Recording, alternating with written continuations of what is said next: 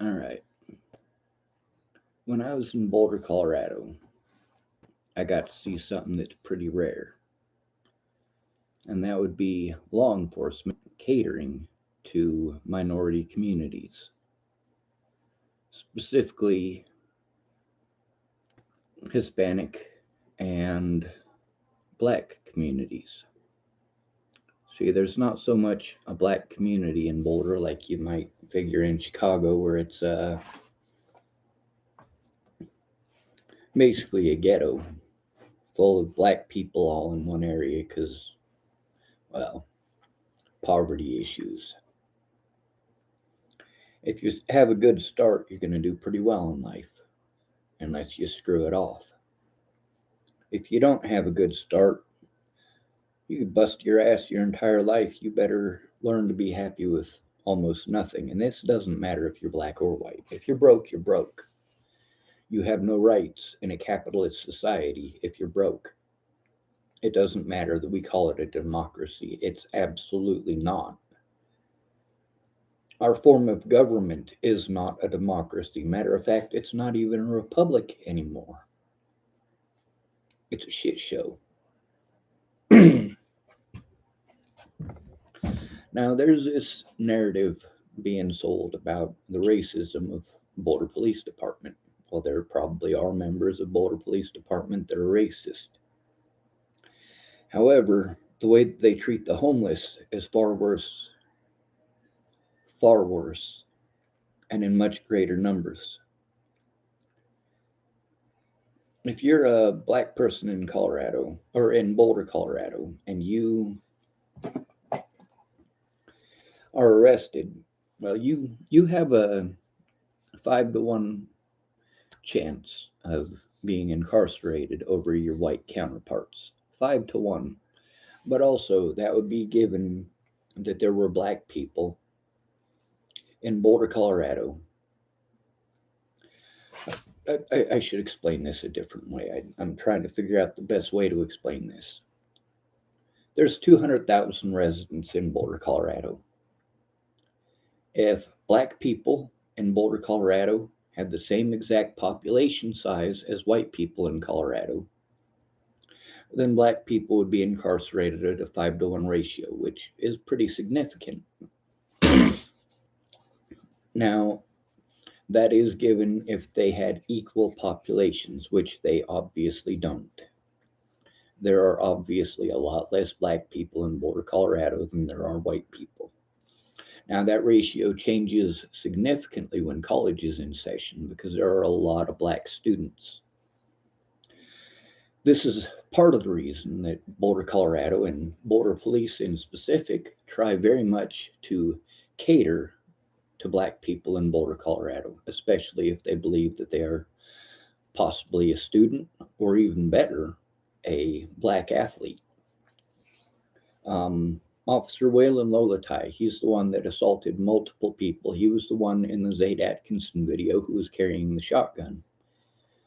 Now, one thing that you might notice about Waylon Lolatai is that he is darker than Zayd Atkinson. He is darker than Sammy Leon Lawrence IV, who he assaulted. He is definitely darker than me, who he assaulted. He is darker than Michelle Rodriguez, who he assaulted. He is darker than Michelle Clark, Kelly Clark, who he assaulted.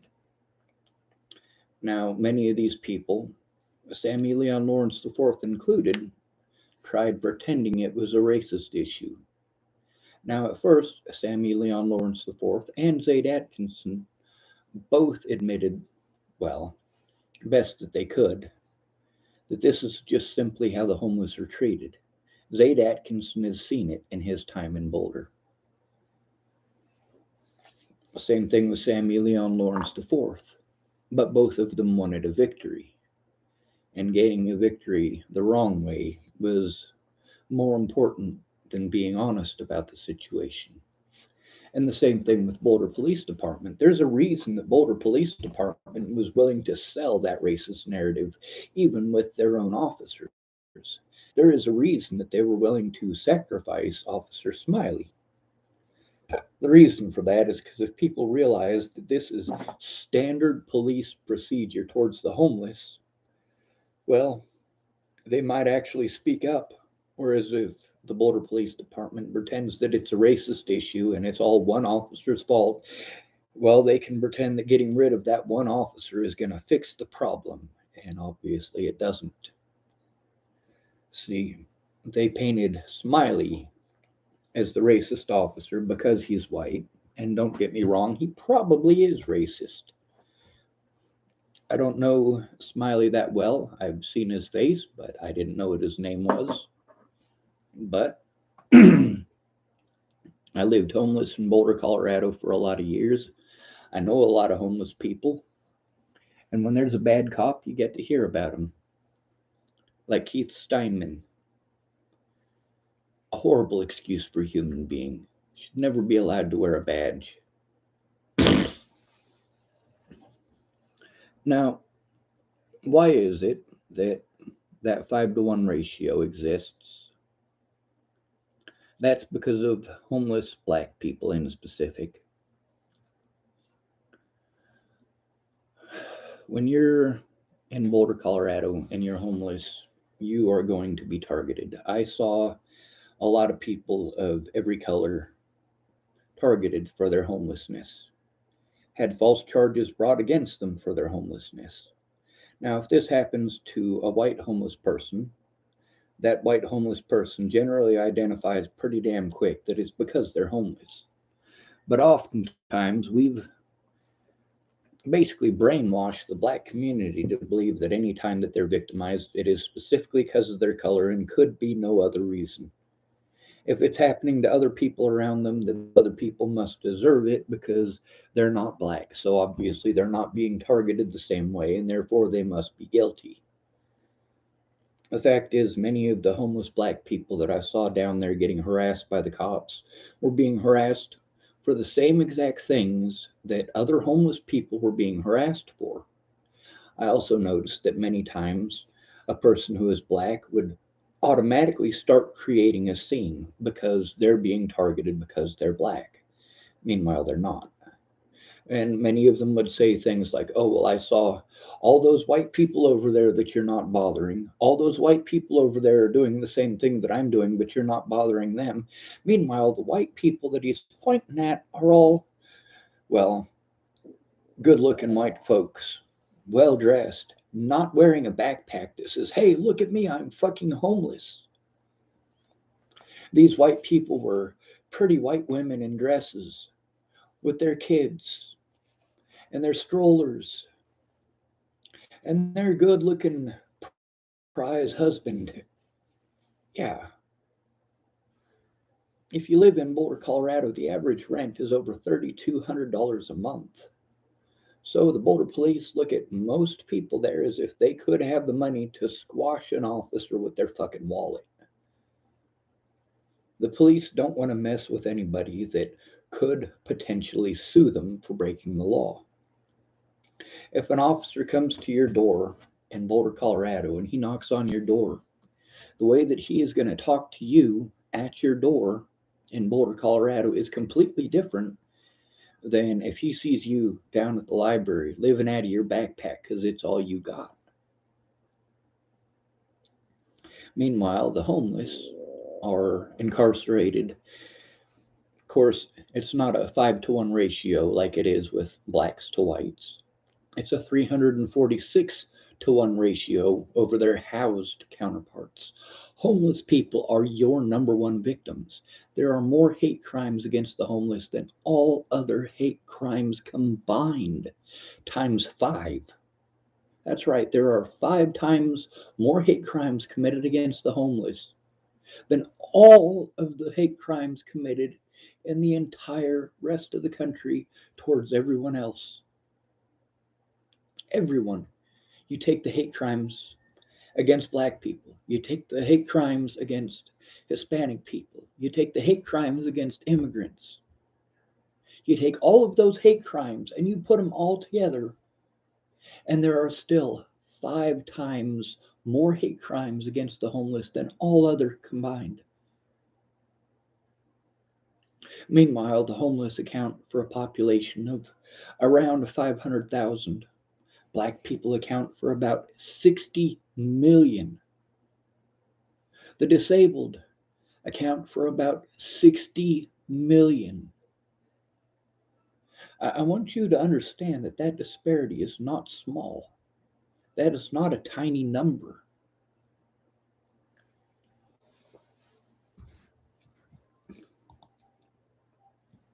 Let's see. We'll go to YouTube here.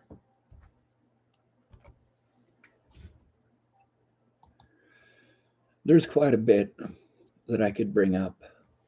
There's a lot of situations where I did see the police profile black people. There's a guy named Mark Swanigan, and the police loved fucking with him. Absolutely loved it. Mostly because he was homeless. But I do remember one night there was a couple of real pretty white girls from the college, and they were flirting real heavy with Mark Swanigan. And the officers were not going to have that. They didn't like the fact that these two white college students were flirting with this black man, so they went up and trumped up some charges on Mark Swanigan. So it does happen.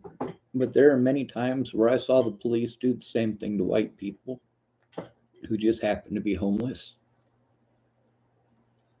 The Zayd Atkinson situation. I mean, this happened in a city that's trying to paint itself as liberal. We're talking about a college that literally in the last 10 years has allowed 3 black CU football players get away with the crimes they committed, specifically because, number one, they don't want to get any more bad publicity about rape. Number two, they don't want to be treated like they're being racist because these were black students who did these things.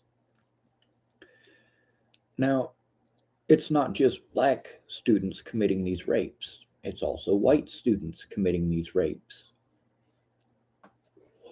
But if we look at the victims, these victims are not getting the kind of coverage that they got back in the late 90s, early 2000s. You guys remember that, don't you? You remember when CU, it's really known as like a big party town. It's like the greatest place in the country to go as far as party schools go, and Playboy is voting the girls at CU as the hottest girls in America, and so on and so forth. And then we had some students that raped some other students there, and it was all over the news, and it made Boulder look bad. Well, Boulder doesn't want to look bad. Looking good is more important than the truth. So what they did was Boulder pretended like they're going to be cracking down on that kind of behavior. They're going to crack down on it. They're going to do something about it. And then we run into situations like with Teresa Macelia. Teresa Macelia was raped. She tried to turn in her rapist. She tried to fight off her rapist, telling him no, physically trying to prevent him from raping her. They charged her with assault and refused to charge her rapist. So then the next woman down the line, Christine Kelly. Sorry, there's a train about to go by.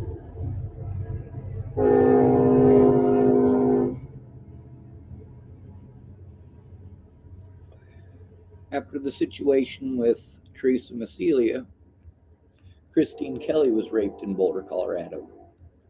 She did not fight off her attacker. If she had, she would have been charged with assault, and her rapist would have gotten away. But instead, because she didn't fight back, she was charged with making a false report, and her rapist still went free.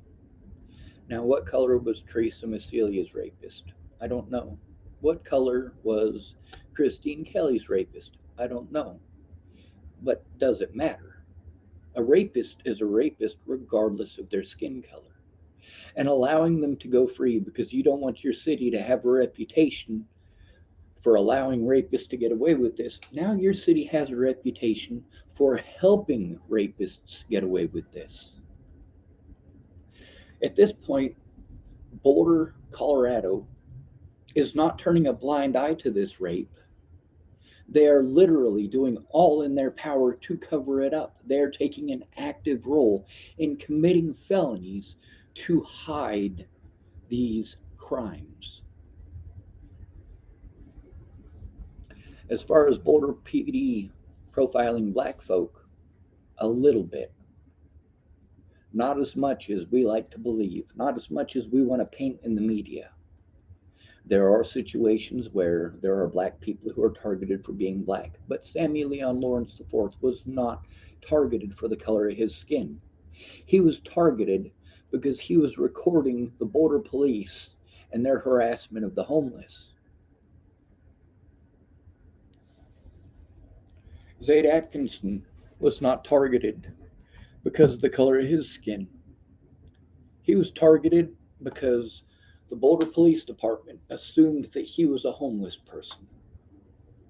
And given the fact that I have known multiple people in Boulder, Colorado, who have buckets and grabbers for picking up trash, it's not that difficult to figure it out. Now, the situation with Zayd Atkinson, it was a horrible situation. It never should have happened. But what do you expect when you allow Boulder Police Department to get away with whatever they want? And you let them practice these things on the homeless every single day. Every single day, the Boulder Police do these things to the homeless, and nobody gives a shit. Now, if you watch that Zayd Atkinson video, you get to the part where the guy who is in the apartment is video recording it from inside of the place and yelling out the door, "He lives here. He lives here." If that man had not let his presence be known, those officers would have beaten the fuck out of Zayd Atkinson like they do to homeless people repeatedly. And guess what? When you go to jail and you try to turn in those officers for their abuse, they refuse to do anything about your injuries. They refuse to take pictures of your injuries. They outright refuse to do their job because they don't have to because you're homeless. In Zayd Atkinson's situation, they found out he was homeless, or found out he wasn't homeless, before they had the chance to beat him down. Now, sure, they had plenty of opportunity to beat him down prior to that, but the way that they interact with the homeless is that they have to first antagonize the situation. They have to escalate the situation.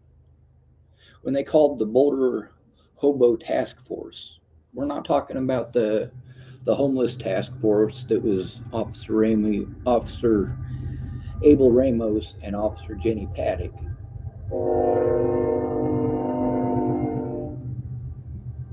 Sorry about the train. We're talking about the people whose job specifically is to show up and antagonize the situation, to intimidate the victim. We're talking about the ones who are there to make things worse. And that's what they do to the homeless every single day. But you know what? It happens to Zayd Atkinson once.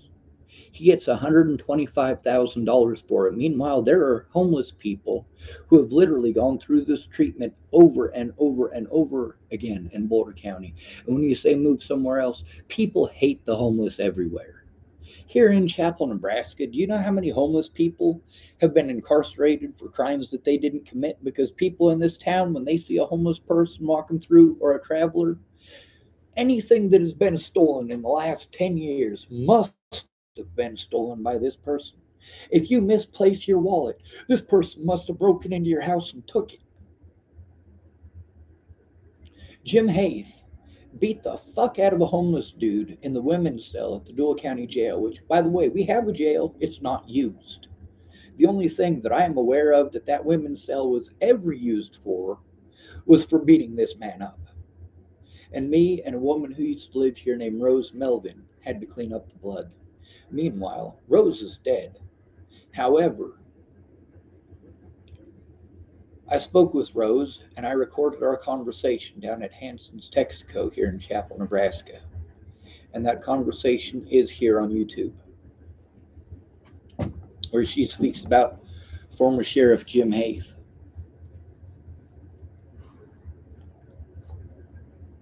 Boulder, Colorado, when it comes to black people in specific, Boulder, Colorado wants to seem as if they cater to black people, and they very much do. They very much want to be seen as an inclusive community. They don't want to be seen as a racist community. They don't want to be seen as a KKK stronghold. They don't want to be seen as a place that perpetuates the Aryan nation or Aryan brotherhood and their bullshit.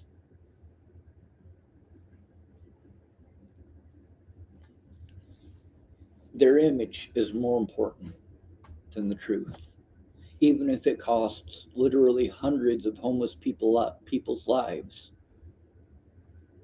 This place that spends so much time and so much energy and so much money into trying to cater to black people who might be student athletes, which is extremely important to Boulder, Colorado. Extremely important. CU football is, whew, that is the top of everybody's give a shit list there.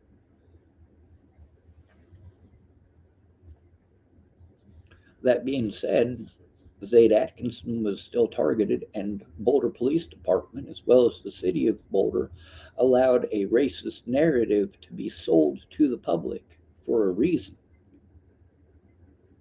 It's because what they're doing to the homeless is so much worse than what they're doing to black people. And it's nationwide. And the reason that they're getting away with it is because there is no Homeless Lives Matters out there speaking for us. And if there were, the media's not listening, the general public isn't listening. Meanwhile, I'm told about my white privilege. White privilege does not exist when you're homeless. It simply doesn't. Now, don't get me wrong, it does exist, but not to a measurable level worth making a big fucking whoop-de-damn about. If 5% of the black people in Boulder, Colorado who were arrested because they were black, 5% were arrested because they committed a crime, and 90% were arrested because they're homeless, obviously homelessness is the issue that needs to be dealt with, not the color of somebody's skin. Now, that 5% is worth mentioning. It is worth bringing up. It is worth understanding, and it is worth taking into consideration when making decisions. However, that 90% of them who are harmed for being homeless, just like other homeless people, that's not counted. That's not allowed. That's not considered. That huge percentage is not considered. How many of those black people in Boulder, Colorado were homeless when they were incarcerated? How many of them were repeatedly incarcerated? Because as we know, once the cops got your number, they got your number. Once they got Zach Boatman's number, and mind you, Zach Boatman is not a black man. He's schizophrenic as all fuck. And they know that they can victimize him over and over and over again, deny him the treatment that he needs, take him to jail, even if it's on trumped up charges. They know that they automatically win because he's mentally ill. So magically that makes it okay. And so Zach Boatman goes in and out of jail, in and out, in and out, in and out. After the first time that he went to jail, they should have helped him. They should have done something to help Zach Boatman, but they didn't. He makes them too much money and he adds to statistics. Every time that they arrest him, that adds to homeless statistics. And they say, well, look at how many crimes are being committed by the homeless. Meanwhile, how many of those crimes were actually committed by a homeless person? How many of those crimes were actually committed at all? I've seen Zach Boatman go to jail because he was the one who was assaulted. A guy named Kelly Engel decided that he was going to assault Zach Boatman. Zach Boatman was the one assaulted. Zach Boatman was defending himself. Kelly Engel got in zero trouble. Zach Boatman went to jail. Over and over and over and over again. Now, a lot of people want to say, hey, this is what's happening to black people. Black people are being targeted like this. They don't even have to do anything wrong, and they're recycled through the system. And as soon as they get out, they're going to trump up some bullshit charges, or they wait until you're at the very end of your probation, and then at the very end of your probation they trump up charges so that they can throw you back through the system for more money and then start over your probation. Well, you're starting over with 2 years again, and at the very end of that 2 years they're going to do the same thing. They're going to violate you. Well, guess what? That happens to the homeless too, at a much higher rate, a much, much higher rate. A lot of the homeless people in Boulder, the people keep saying, oh, well, why don't you move elsewhere? First of all, it's shit nationwide. Second of all, when they hold shit like that over your head, you're not allowed to leave. You're not allowed. If you leave, it's a violation of your probation. So you have to stay there. Now, you could go on the run. You could try to go to another state and hope that that's a non extradition state. And that depends on whether it's a felony or a misdemeanor. There are only 3 states in the union that'll allow you to stay there, even if you have felony warrants elsewhere. There are 3 states in the union you can go to and not be deported.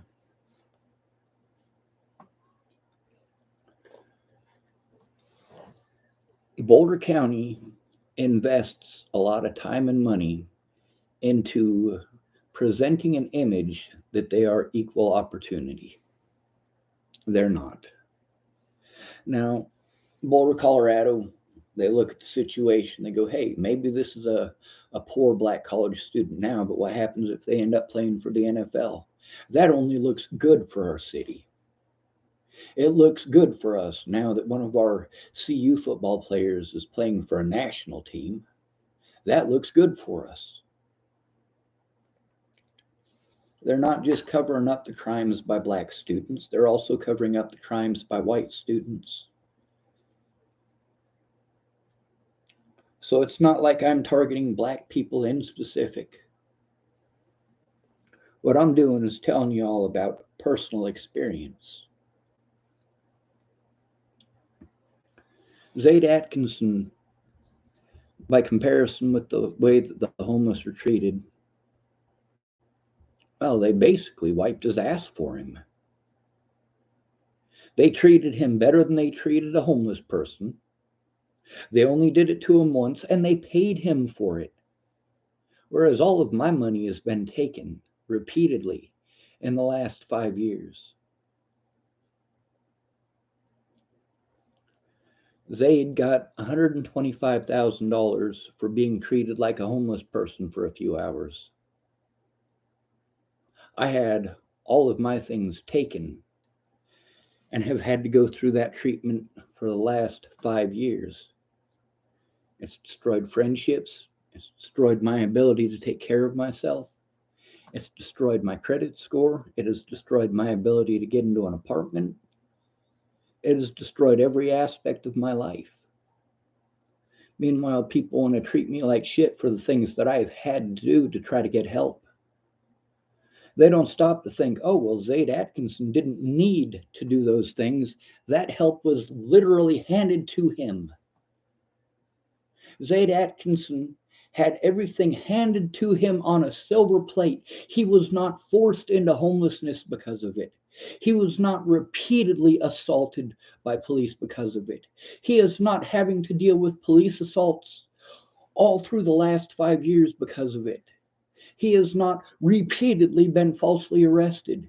He has not repeatedly been called mentally ill to justify these crimes. Zayd Atkinson absolutely gets black privilege. He gets special treatment because of the color of his skin. But it's also special treatment because he did have a place. If he'd have been homeless, even BLM wouldn't have given 2 fucking shits about him. And there's proof positive of that because of the situations with Mark Swanigan, the situations with Mark Townsend, the situations with Saeed. There are a lot of situations that if BLM wasn't so classist, they would pick up these situations. But obviously, BLM doesn't think of a black homeless person as a black person anymore. Now they're a homeless person. They must be all of the terrible things that people want to throw on the homeless people, which is, oddly enough, everything that you blame on Native Americans, everything that you blame on black people, everything that you blame on white people, everything that you blame on women, everything that you blame on men, basically anything in this society that you can blame on anybody, you take out on the homeless because they're the only group it's okay to do that to. It's illegal to do that to a black person, but you do it to a homeless person, you can say, oh, I didn't do it to him because he was black, I did it because he was homeless, and magically it's okay. Well, he's a homeless person who's mentally ill. Somehow, magically, that justifies it. Now, I got to send some stuff out to some of the law enforcement that is supposed to investigate this. I sent them a recording between myself and my mental health professional, an actual professional. And in that recording, she admits that I'm not schizophrenic, I'm not bipolar, I'm not delusional, which is what all of these crimes that were committed against me. This is why these officers got away with it, because they sold a false narrative. They sold the narrative that I was schizophrenic, delusional, just like BLM wanted to sell the narrative that these officers must have been racist, that there could be no other reason for these actions except for the color of Zayd Atkinson's skin. No, they do this to the homeless every day. If they do this to the homeless every day, that gives plenty of reason for them to do it to Zayd Atkinson when they assume that he's homeless. They get away with doing this every single day. Why would they think that Zayd Atkinson was different from any other day? He looked like just about every other garden variety hobo.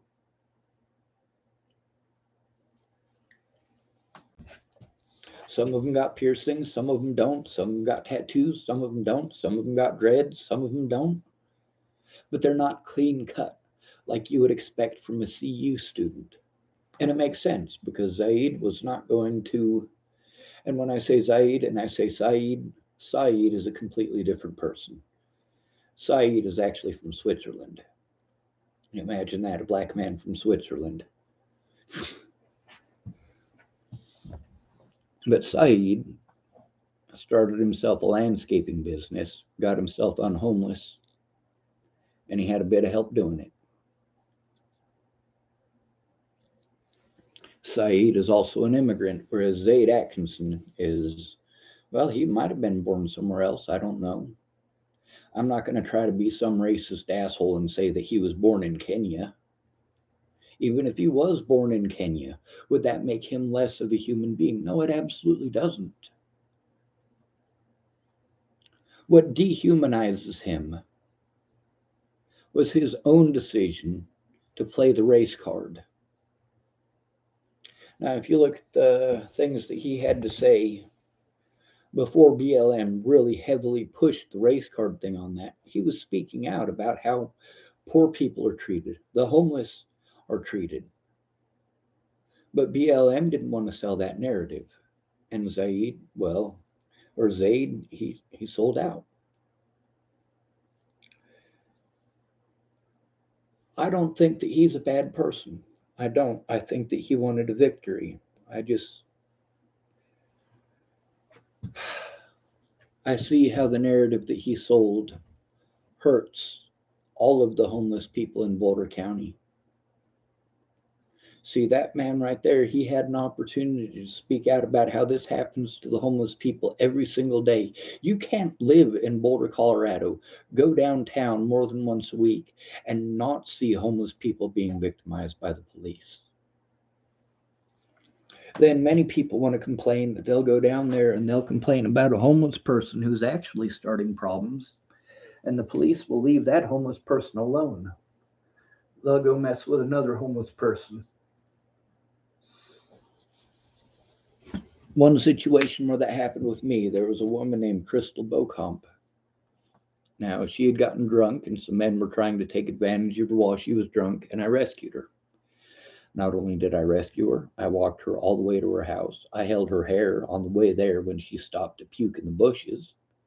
When we got to her house, she opened the door, she turned around, she invited me in, and she tried to kiss me. She's got puke still stuck to her face. No, Crystal, I'm not going to kiss you, and I'm not going to go inside. And I didn't. I left. Well, then for probably 2 to 3 weeks, every time that I saw Crystal, she was being mean and evil and hateful towards me because she was rejected. Well, it's not like I was rejecting her because she's ugly. She's not. It's not like I was rejecting her because she had a shitty personality. She's really nice when she's drunk. But when she feels rejected, she does absolutely have a shitty personality. Now, she was beating on me because, well, somebody in a group that I was sitting with said something that she didn't like, and, well, she wanted to target me for it because she was still feeling the rejection thing. And so she broke almost all of the nails on her left hand off on my head. She kept on punching me, kept on hitting me, kept on trying to pull my hair. I mean, just going nuts. Well, a lady was going by and she saw this happening and she called Crystal Beauchamp in, and the cops did show up. And Crystal was trying to tell on herself to these officers. I mean, she's literally, these officers are trying to turn their back to her so they can't see her while she's telling them about how she was hitting me. And what do? They went over and picked some 60-plus-year-old homeless man who wasn't doing anything wrong. He was just sitting there. And they chose to, number one, go harass him. Number two, trump up false charges on him. Number three, arrest him. And number four, they completely ignored Crystal Beauchamp. Now, who was it in that situation who was getting violent? That was Crystal Beauchamp. Who else was violent? Nobody. Not even that homeless guy. That homeless guy, while he was being arrested, he was protesting the whole time, but he wasn't fighting back.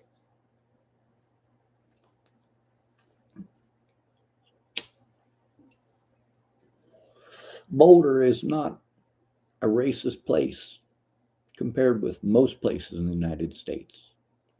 Compared with Boulder, Colorado, or compared with Chapel, Nebraska, Boulder, Colorado is fucking paradise.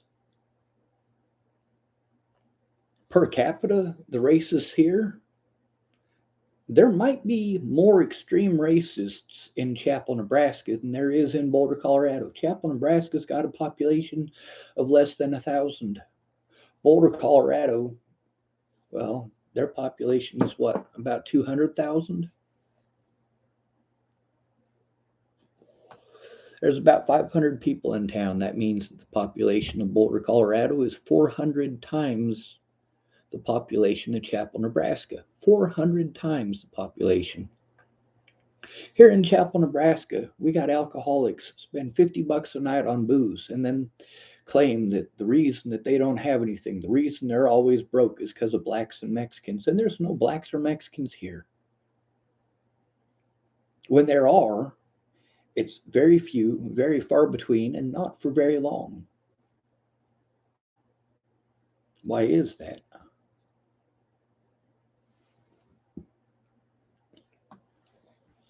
There was a guy here who was our county prosecutor. When Natalie died, this is a prosecutor that I had to go to. Um,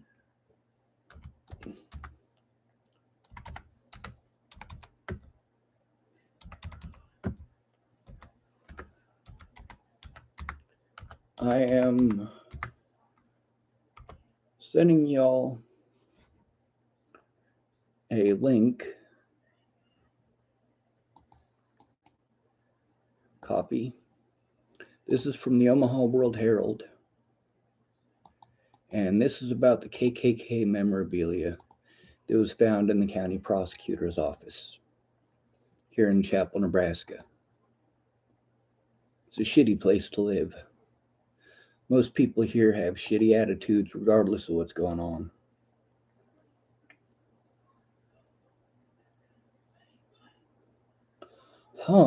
Charles Anderson. I don't think this is from Chapel, Nebraska, though, but I'll look into it. Ex-cop says he keeps KKK memorabilia in his home because he quotes, "I love history." Well, it doesn't have any connection here with Chapel, Nebraska, so obviously it don't fit.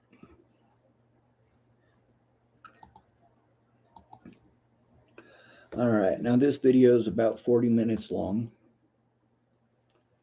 I'm sorry that it's gone on so long. I don't generally sleep at night. Too much anxiety. I have nightmares about the places that I've been and the things that have been done to me.